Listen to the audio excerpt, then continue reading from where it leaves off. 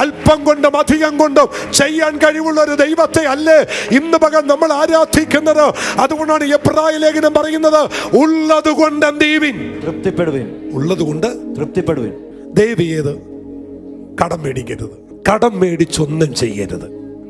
ഞാൻ ഈ ചർച്ച് തുടങ്ങിയ അന്ന് ഈ സഭയിൽ പറഞ്ഞൊരു കാര്യമുണ്ട്, വിശ്വാസികൾ തമ്മിൽ എന്ത് ചെയ്യരുത്? പണമിടപാട് നടത്തരുത്. എൻ്റെ അപ്പച്ചൻ മീൻ പിടിക്കാൻ പോയിട്ട് കഴുക്കോല് കുത്തിയിട്ട് കിട്ടുന്നത് കൊണ്ടാണ് ഞങ്ങൾ ഇത്രയും പേര് കഴിഞ്ഞത് മീൻ പിടിക്കാൻ പോയിട്ട്. പക്ഷെ ചില ദിവസം ഈ ഡിസംബർ മാസമൊക്കെ എന്നൊക്കെ പറയുന്നത് പഞ്ഞനാളാണ്, അല്ലേ ജോളി? പഞ്ഞനാളാണ്. വെള്ളത്തിലൊരു വകയും ഉണ്ടാകത്തില്ല. പട്ടിണി എന്ന് പറഞ്ഞാൽ അങ്ങ് പൊരിഞ്ഞ പട്ടിണിയാണ്. അപ്പം അമ്മച്ചി വന്നിട്ട് അപ്പനോട് പറയും, ഒന്നുമില്ല കേട്ടോ.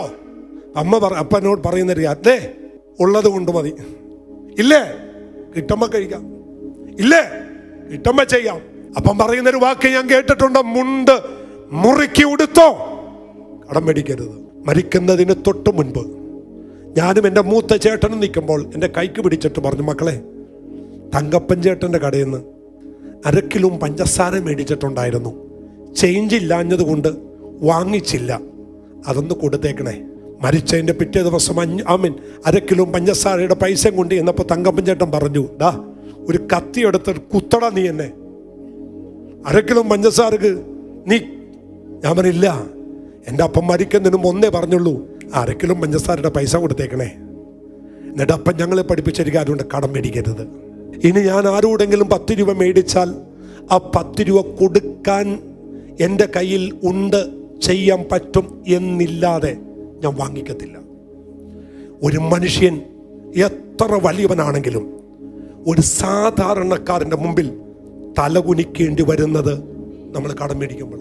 കർത്താവ് വരും, കർത്താവ് തരും, തരുന്നത് വരെ വെയിറ്റ് ചെയ്യുക.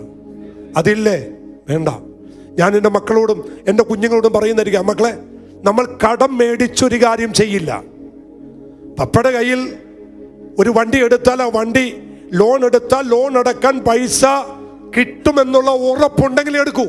ഇനിയില്ലേ, കൊണ്ടുപോണി അവർ കൊണ്ടുപോയിക്കോട്ടെ, സ്വതന്ത്രം പറഞ്ഞു അല്ലേ, ഫൈനാൻസുകാർ കൊണ്ടുപോയിക്കോട്ടെ, നമ്മൾക്ക് പിടിച്ചു വെക്കണ്ട. അടക്കാൻ പറ്റാത്തതാൽ കൊണ്ടുപോയിക്കോട്ടെ, അതിനൊരു മടിയുമില്ല. സ്വതന്ത്രം.